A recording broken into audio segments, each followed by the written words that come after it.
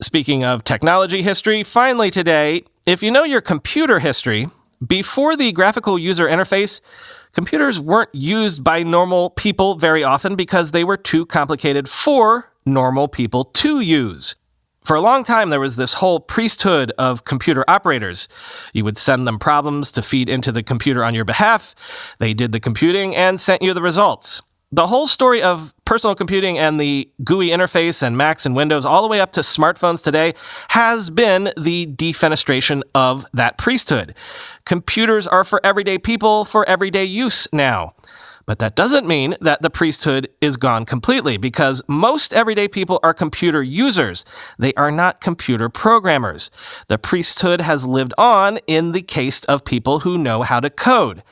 Well, in an amazing essay, Crichton at TechCrunch looks at how the rise of so-called no-code platforms is helping usher in a new generation of computer users that is fluent not just in using computers and mobile devices, but also in programming them, getting them to do what they really want as opposed to just passively using them, getting them to really sing. If you thought the computer revolution was over, wait until the no-code kids get here, quote. Over the past 2 or so years, we've seen the rise of a whole class of software that has been broadly and quite inaccurately dubbed no-code platforms. These tools are designed to make it much easier for users to harness the power of computing in their daily work. That could be everything from calculating the most successful digital ad campaigns given some sort of objective function, or perhaps integrating a computer vision library into a workflow that calculates the number of people entering or exiting a building.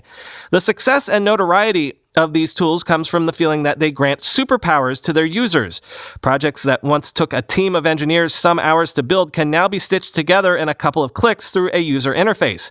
That's why young startups like Retool can raise at nearly a $1 billion valuation and Airtable at $2.6 billion, while others like Builder, Shogun, Bubble, Stacker, and dozens more are getting traction among users. The key here is that no-code tools aren't successful just because they are easier to use. They are successful because they are connecting with a new generation that understands precisely the sort of logic required by these platforms to function. Today's students don't just see their computers and mobile devices as consumption screens and have the ability to turn them on. They are widely using them as tools of self-expression, research, and analysis. Take the popularity of platforms like Roblox and Minecraft. Easily derided as just a generation's obsession with gaming, both platforms teach kids how to build entire worlds using their devices. Even better, as kids push the frontiers of the toolsets offered by these games, they are inspired to build their own tools. There has been a proliferation of guides and online communities to teach kids how to build their own games and plugins for these platforms.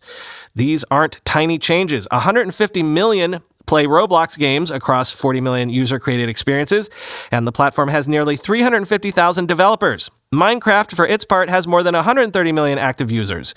These are generation-defining experiences for young people today. The specialized, almost arcane knowledge of data analysis and engineering is being widely democratized for this new generation, and that's precisely where a new digital divide is emerging. In business today, it's not enough to just open a spreadsheet and make some casual observations anymore. Today's new workers know how to dive into systems, pipe different programs together using no-code platforms, and answer problems with much more comprehensive and real-time answers. It's honestly striking to see the difference. Whereas just a few years ago, a store manager might, and strong emphasis on might, put their sales data into Excel and then let it linger there for the occasional perusal, this new generation is prepared to connect multiple online tools to build an online storefront through no-code tools like Shopify or Squarespace, calculate basic LTV scores using a no-code data platform, and prioritize their best customers with marketing outreach through basic email delivery services. And it's all reproducible, as it is in technology and code, and not produced by hand, end quote. The piece goes on to go further into the whole concept of, will this create a new digital divide between generations, similar to maybe the one we're familiar with, the divide between digital native Gen Xers and millennials and their baby boomer parents. But the piece does end on a hopeful note, quote, progress in many ways is about raising the bar. This generation is raising the bar on how data is used in the workplace, in business, and in entrepreneurship. They are better than ever at bringing together various individual services and cohering them into effective experiences for their customers, readers, and users. The no-code generation has the potential to finally fill that missing productivity gap in the global economy, making our lives better while saving time for everyone, end quote.